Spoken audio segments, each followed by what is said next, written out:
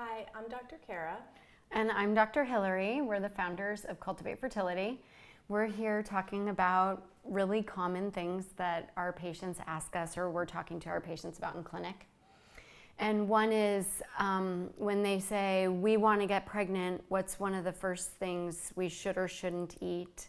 We kind of hone, both of us, right into sugar.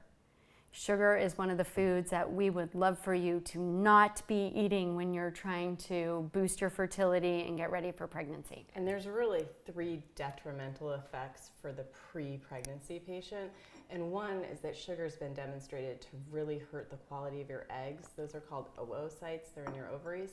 And you have them when you're born. You have all your eggs there.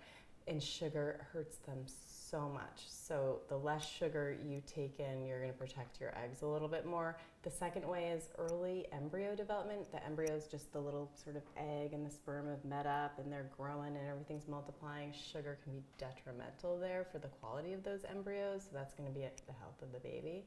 And the third way that sugar's really a problem is that in pregnancy, you can increase your risk of gestational diabetes, and you do not want that because it's kind of hard to deal with. So in our Cultivate Fertility diet plan, we really try to find ways for you to cut white sugar, traditional sugars, junk food, refined sugars. Mm-hmm. We have delicious smoothie recipes. We have delicious different desserts. So we both love sweet foods, and so we eat them. We're just trying to eat healthy versions of them. But one thing you realize, we're both moms, and you can see it in children. You can see the effect of sugar on behavior. When a kid eats a ton of sugar, you notice all of a sudden they're like wild and running around, and everyone's like, oh, it's the sugar. And it's interesting because in an adult, we don't get necessarily that craze, but what we get is some irritability.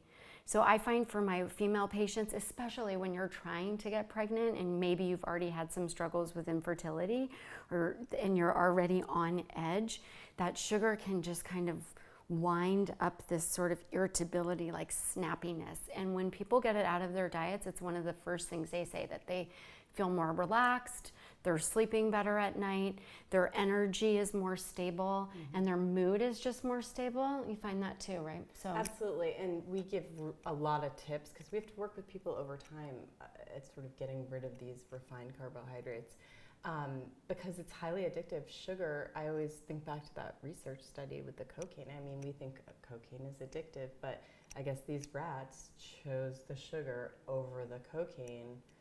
Human studies, a lot of times they're done with rats first, and we probably don't want to give a bunch of humans cocaine. So that's why the rat study was really important, but that says something. If it's as addictive as cocaine, you probably don't want to have it in your daily life. So we're going to try to help you to get the white stuff out of your diet and substitute it with more nutrient-dense, yummy food choices.